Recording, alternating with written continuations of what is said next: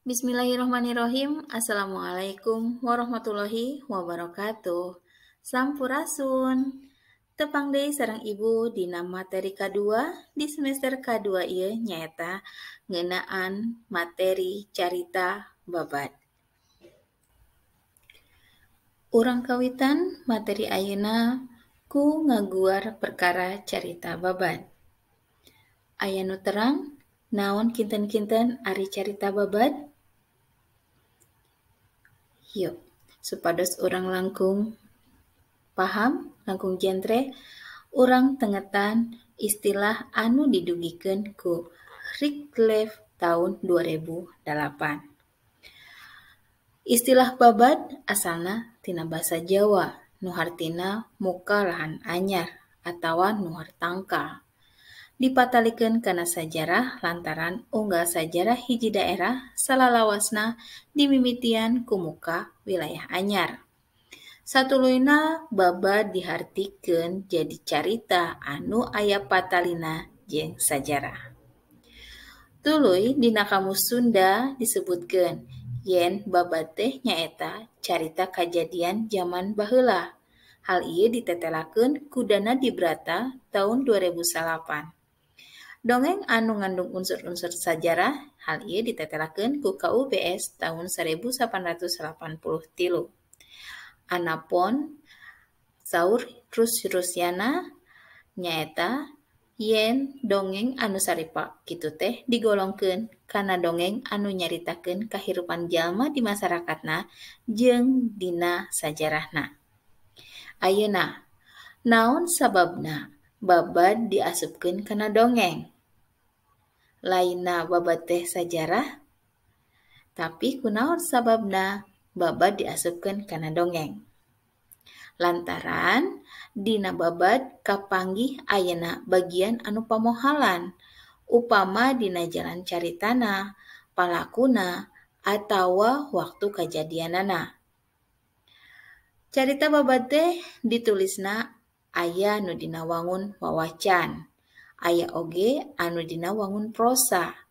Nuliskeunna biasana make aksara Sunda kuno, Arab Pegon, jeung Sunda Jawa cacarakan. Tapi aya oge anu ditulis ngagunakeun huruf Laten. Sabada urang maham kana naon eta carita babad, bagian kadua ayeuna ngabahas ngeunaan struktur carita babad. Bagian kanu kahiji nyaeta tema. Tema nyaeta inti pikiran atawa puseur implengan pangarang atawa inti pikiran nu aya dina prosa fiksi. Struktur anu kadua nyaeta amanah. Amanat nyaeta pesen anu hayang ditepikeun ku pangarang kanu maca. Amanat teh aya nu nyamuni disatukangeun alur carita, aya oge anu dibejakeun langsung. Struktur anu katilu nyaeta palaku. Palaku nyaeta ngaran-ngaran boh jalma, boh sasatoan anu ngalalakon dina carita. Dumasar kana kalungguhanana, palaku teh bisa dibagi jadi 3 rupa. Anu kahiji, palaku utama atawa palaku kahiji. Disebut oge protagonis. Nyaeta palaku anu nyekel peran ti awal nepi ka akhir. Kadua, palaku kadua atawa palaku tambahan.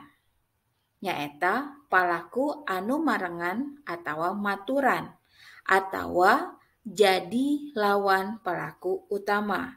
Sok disebut antagonis. Anu katilu nyaeta palaku tambahan, nyaeta para palaku anu peranna teu pati penting. Biasana palaku tambahan dipikabutuh pikeun ngalancarkeun carita, ngahirupkeun suasana, nonjolkeun karakter palaku utama atawa palaku tambahan.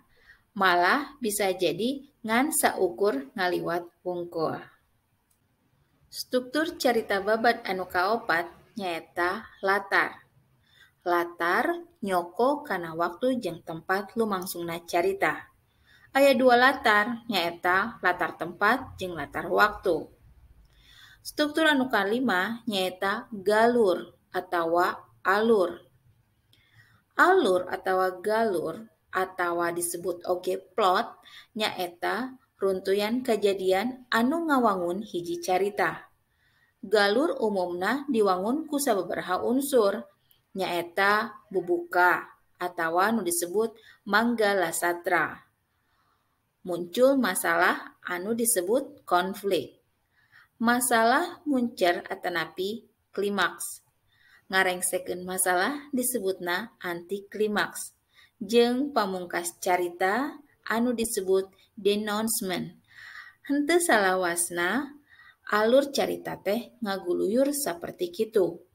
Nu matak kana wandana aya nu disebut galur merele atawa galur maju jeung galur mundur. Tah, sabada urang ngabahas materi carita babad, ayeuna waktuna urang pikeun ngadangukeun salah sahiji carita babad, nyaeta babad Sumur Bandung. Tah, kieu cenah caritana. Ceuk caritana mah Sumur Bandung teh dijieun ku Bupati Bandung kadua, nyaeta Raden Adipati Wiranata Kusuma II.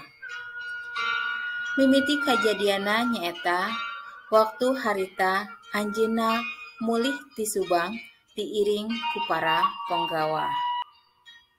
Lantaran geus lalampahan jauh, tun geus ngarasa capek pisan, tuluy Raden Adipati teh reus di hiji leuweung pikeun ngareureuhkeun heula kacapena.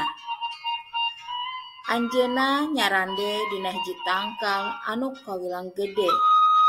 Tetekena ditancepkeun kana taneuh, reup Raden Adipati teh kulem ditungguan ku para penggawa anu satia.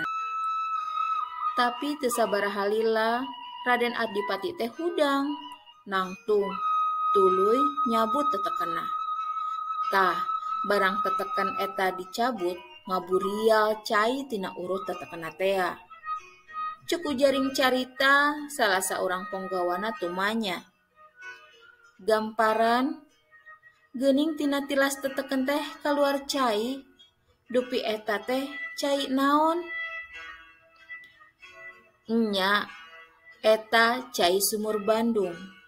Cai anu bakal jadi kahirupan jeung karahayuan urang Bandung sajaganing geto. Tembal Raden Adipati Wiranata Kusuma II. Satuluyna cenah ku kasakten Raden Adipati Wiranata Kusuma nu jelas henteu samanea dina waktu sapeuting urut teteken teh dijadikeun sumur. Teu aya nu apal kalayan pasti sabaraha jerona Sumur Bandung teh.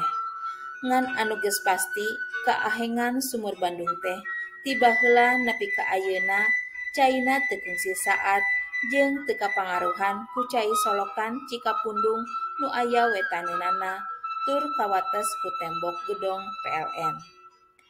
Cai Sumur Bandung can nembrang herang.